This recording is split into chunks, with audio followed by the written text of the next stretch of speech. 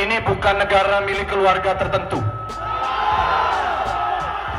Aktor Reza Rahadian ikut bergabung dalam demo kawal putusan Mahkamah Konstitusi, MK, di depan gedung DPR MPR RI, Jalan Gatot Subroto, Kamis, 22 Agustus 2024. Reza ikut turun dalam demo karena merasa resah melihat situasi panas menjelang Pilkada 2024.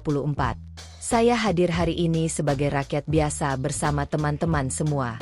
Sebagai orang yang gelisah melihat demokrasi kita hari ini, ujar Reza di atas mobil komando di gedung DPR, Kamis. Ini bukan negara milik keluarga tertentu, tambah Reza.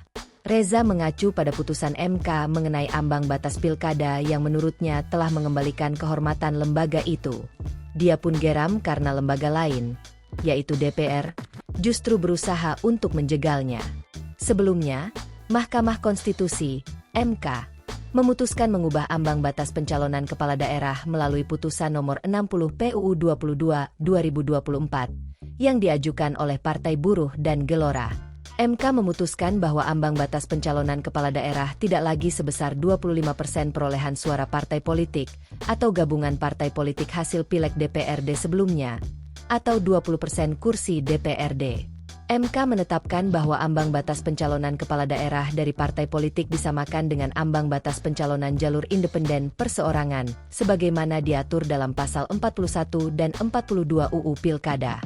Sehari setelah putusan, DPR dan pemerintah langsung menggelar rapat untuk membahas revisi UU Pilkada.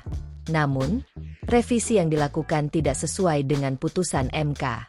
Wakil Ketua Badan Legislasi, Baleg, DPR, Ahmad Baidowi, mengeklaim bahwa revisi UU Pilkada dilakukan untuk mengakomodasi putusan MK yang membolehkan partai non-parlemen mengusung calon kepala daerah.